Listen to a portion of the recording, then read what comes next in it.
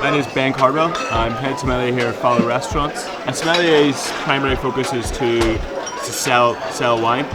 Composing a wine list, managing wine lists, training staff, constantly tasting new wines, thinking what could work on our lists. I think when you come to a restaurant and you're dining in a restaurant, you go to the restaurant for the food primarily, but food and wine goes hand in hand. They complement each other beautifully, and I think to have a memorable dinner, you don't have to have wine, but I think it's good to have wine with a nice dinner. Yeah, well, I had a quick look at your order. So you got some croquettes, parfait, some of the classics like Cod said, more kind of fish orientated. Yeah. If you want something maybe something like medium to full bodied on the rosé. Yeah, with a little bit of gumption. They'll stand up to the food, definitely. I mean, I don't think you can look any further than the Viña Tintoña Rosado from Lopez de Herrera.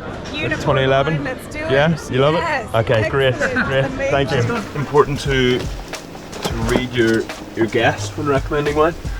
Obviously have a look at what they've ordered for food, but mainly just reading the guest, having a conversation, being accommodating. You don't want to suggest something out of somebody's budget and make them feel uncomfortable. It's all about accommodating and making people feel comfortable.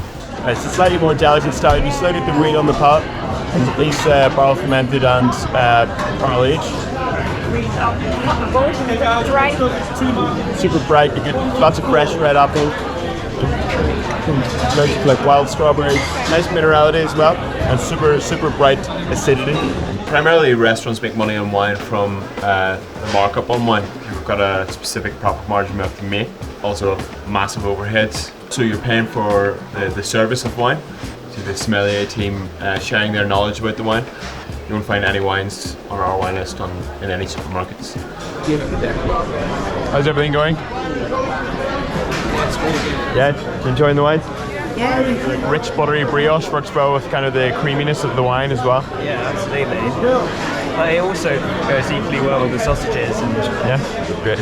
Most people know that white wine pairs with fish and red wine with meat, but obviously you have red wine drinkers and they might want a red wine to go with fish, so you have to accommodate in that sense. You might suggest like a light-bodied red wine would work better with fish, and vice versa. You might get a white wine drinker that wants something to pair with a richer style of dish like a venison or beef or something.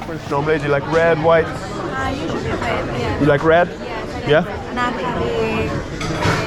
You're doing a mix of like vegetables and meat, right? So in terms of pairing with a vast array of dishes, I normally suggest either full-bodied whites or light-bodied reds tend to work the best. So if you're thinking reds, you could go to Burgundy in France to do like a nice Pinot Noir. All right, perfect. Thank you. Thank you. I think the best way to get into wine is to probably start reading a little bit about it. That kind of sparked my interest and sparks most people's interest. There's a saying in wine: it's the more you know about wine, the more that you don't know about wine. And yeah, once you start reading, you become more interested, and obviously drinking wine. I would say taste different styles. So a lot of people say that wine tastes the same. Red wine tastes like red wine. White wine tastes like white wine. But I would say go to a wine shop and ask whoever's working there for a light, medium, and full-bodied style of white wine and a light, medium, full-bodied style of red wine, and taste them all side by side and kind of draw your own comparisons and conclusions.